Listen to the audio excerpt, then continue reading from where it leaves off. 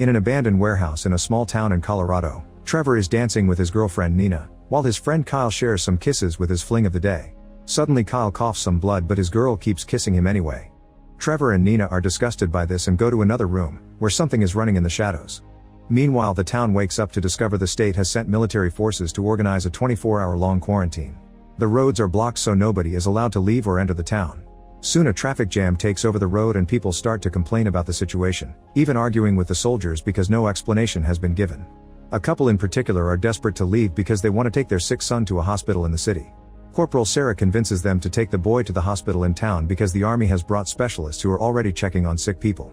Then she asks Captain Rhodes if the specialist's story is true, but Rhodes reminds her to shut up and follow orders. At the radio station, a soldier keeps an eye on DJ Paul to make sure he passes on the necessary information to the public. Back at the warehouse, Trevor is startled by something in the shadows, but it's just Nina. As he announces it's time to leave, Kyle's nose starts to bleed. He still asks his girl to go home with him, but she's worried he may be sick and leaves on her own. While Kyle leaves in Trevor's car, his fling crosses the forest, where she suddenly hears some roaring. She tries to run away as the mysterious creature chases after her, but sadly she trips and rolls on the ground until she falls in the water. At that moment the creature finds her and drags her away to eat her. Moments later a group of privates arrives at the roadblock and Salazar tries to tease Sarah, who responds by putting him to work.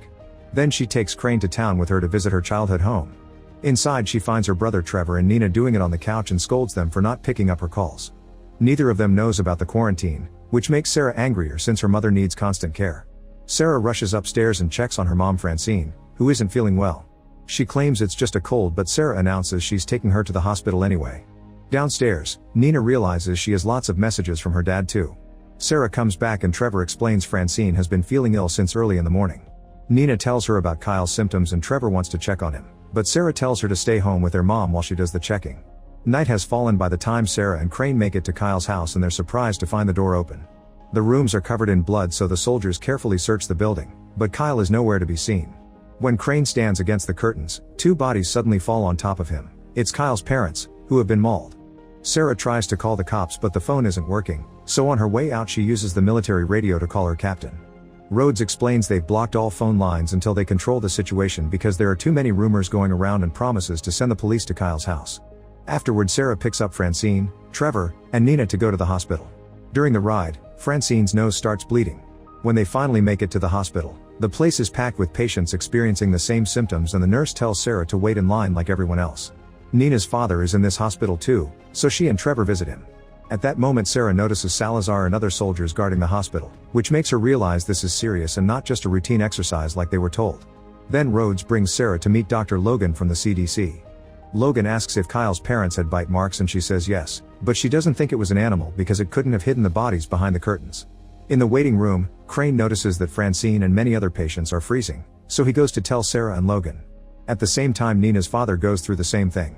A virus moves very quickly inside his body until the man transforms into a zombie and jumps off the bed to attack his own wife, biting her face off. Meanwhile at the power plant, a worker is suddenly jumped on by two zombies, who push her against the fence to devour her.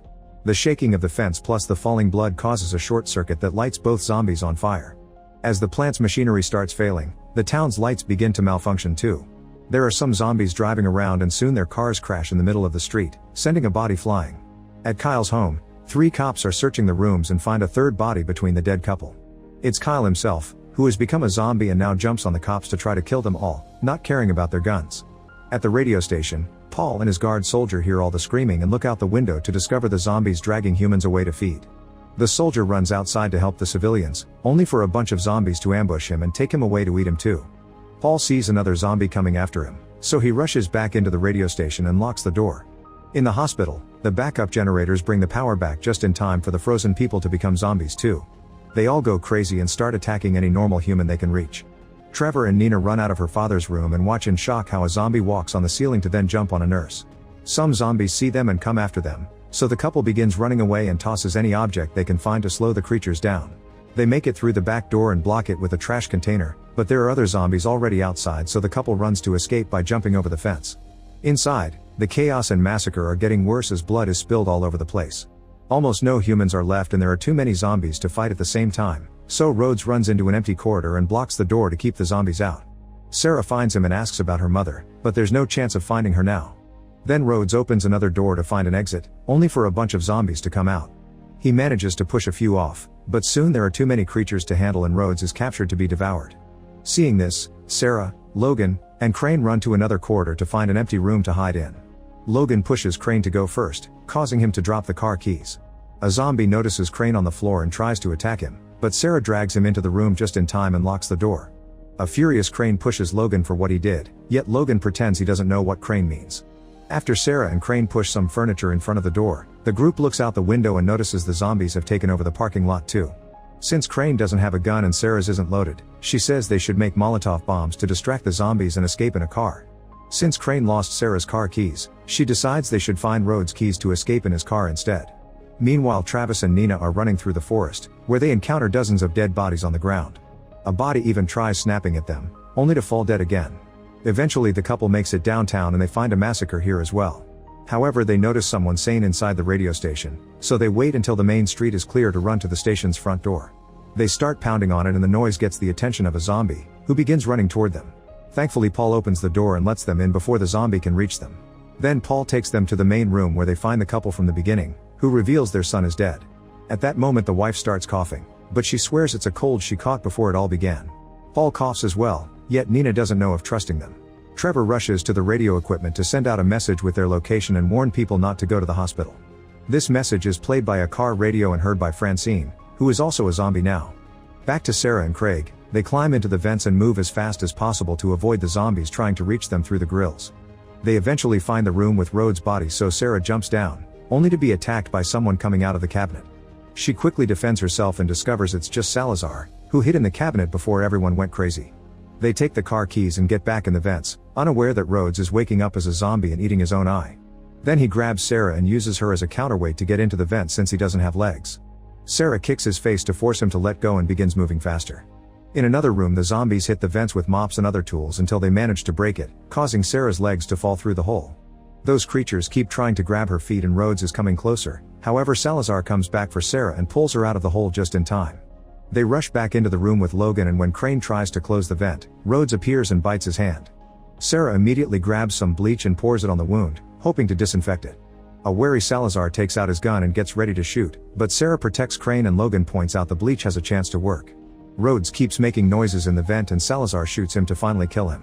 When Sarah promises she'll kill Crane if he turns, Salazar finally puts down his gun.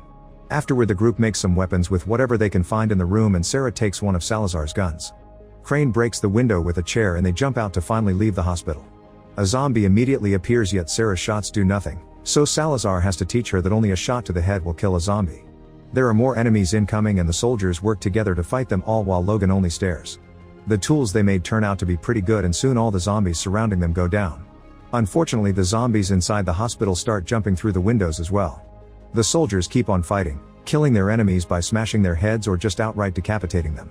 While everyone is distracted, Logan reveals he has his own car and runs toward it. A woman tries asking for his help, however he just pushes her toward a zombie to keep it at bay before getting into the car and driving off. The others notice this and curse Logan's name, but there's no time to complain because more zombies are coming. Hiding behind a car, they light a bunch of Molotov bombs and throw them at the zombies, creating a big fire that slowly burns the creatures to death. Then they run to Rhodes' car and have to kill a few zombies that avoided the flames before getting into the vehicle. More creatures show up and try to hold on to the car, so Sarah drives quickly to make them fall off. The group finally leaves the hospital and as they drive through town, they see death and destruction everywhere. Eventually they find a gun store, so Sarah ties Crane up in the car just in case before entering the shop with Salazar. Unfortunately, Crane starts bleeding and by the time the others come back with a bunch of weapons, he's already a zombie. Salazar wants to kill him but Sarah convinces him not to do it because Crane is harmless and already restrained. Then they drive away before zombies get too close. At the radio station, a zombie is trying to get inside using the emergency ladder, but Trevor throws a TV on his head to kill him. When he goes back inside, Nina shows him that the tissues in the garbage can have blood. She grabs a knife and threatens the adults to make them confess who is bleeding, however they keep blaming each other instead. Suddenly Paul freezes and begins transforming into a zombie, so a panicking Nina stabs his head to kill him. Trevor uses the radio again to send a new message through.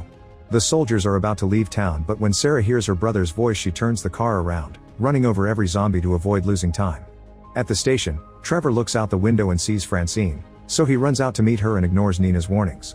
Francine is too far gone and tries to attack her son, but Sarah arrives and runs her over with the car.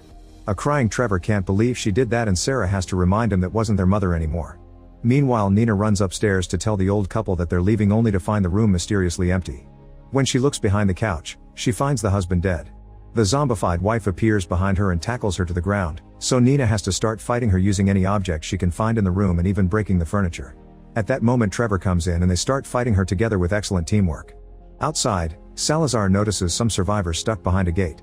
They start climbing it to reach the soldiers, but zombies appear behind them and devour them. At that moment, Trevor and Nina push the monstrous wife through the window, and as soon as she lands, Salazar and Sarah shoot her to death. The shooting scares the zombies behind the gate, and now the group can leave in the car. During the ride, Salazar wonders why Crane won't attack them, and Sarah remembers Crane's vegetarian. Salazar still keeps on mocking and threatening Crane, clearly not trusting him. When they finally make it to the roadblock, they discover that the rest of the soldiers have also become zombies. One of them tries to reach inside the car, so Trevor comes out and shoots him. Salazar and Sarah join him and they kill as many zombies as possible with their guns, but they just won't stop coming. They have no choice but to get in the car and drive back. They don't know where else to go, so Trevor tells them about the abandoned warehouse. Sarah takes the car through the woods and they notice Kyle running among the trees. He jumps ahead and breaks the car's front window, causing it to lose control. As they struggle to keep Kyle's mouth away from their bodies, the car keeps going and crashes against a tree.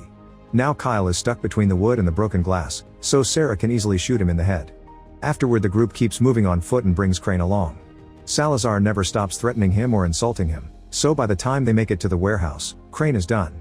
He starts shouting to give away their location, and soon a bunch of zombies break the door and the walls to attack them. The humans open fire, but there are too many enemies to deal with, so Trevor tells his friends to follow him. While the group goes downstairs to the basement, the zombies aggressively surround Crane. The basement turns out to be an actual isolated bunker. A few zombies try to follow the group, but they fire at them until they cross the thick metal door and lock it. Then they open a door at the back and are shocked to find a full research facility. They check the computers for answers, but whoever was here deleted everything before running away. Suddenly they hear a noise, so Sarah and Salazar start searching every room until they find Logan, who has been destroying the evidence. The duo threatens to shoot him until Logan explains he was part of Project Wildfire, which researched biochemical agents. He swears the project isn't behind the zombie virus, but he's interrupted by Trevor, who has found a video file in the computer. The recording shows a scientist admitting that the virus they created to attack foreign troops has mutated and lost control, so he had to kill all his infected colleagues. The video ends when the doctor transforms into a zombie too and destroys the camera. Hearing a roar nearby, the group leaves the office and finds the zombified doctor, so they start shooting him until he gets too scared and runs away. Salazar and Sarah go after him, only to discover he's escaped by crawling through the vents. A different zombie tries attacking Salazar, but he quickly decapitates her. The duo then goes back to the others, shooting at the vents whenever they hear a noise. Logan has no idea where the emergency exits are, but Salazar recognizes this bunker as a model from the war and says they only need to find the missile silos to escape. As the team walks through the corridors, the doctor reaches from above and kidnaps Logan. He quickly kills him and then throws the body in front of the others. The group hurries up, but after wandering for a while they still can't find the silo. Despite Salazar's protests, they decide to split to cover more ground. Sarah and Salazar end up finding the silo first and they go through the first door without issues. However, after crossing the corridor they find tons of zombies hiding in the next room. Both soldiers open fire, but the zombies surround Salazar and knock him to the ground. He tells Sarah to go on without him before the creatures begin eating him. Sarah quickly runs away and Trevor drags her into another safe room. There she finds a bunch of missile propulsion tanks, so the siblings work together to make some big fire throwers. Then Sarah returns to the corridor to get the Horde's attention, only for the doctor to appear behind her. As she struggles against her attacker, Crane reveals himself in the Horde and remembers his feelings for Sarah, so he starts firing his gun until he runs out of bullets. Angry about this betrayal, the doctor lets go of Sarah and runs to decapitate Crane. Sarah shoots a random zombie to get everyone's attention before running down the corridor again. The creatures run after her, but when they reach the door, Trevor and Nina activate the tanks.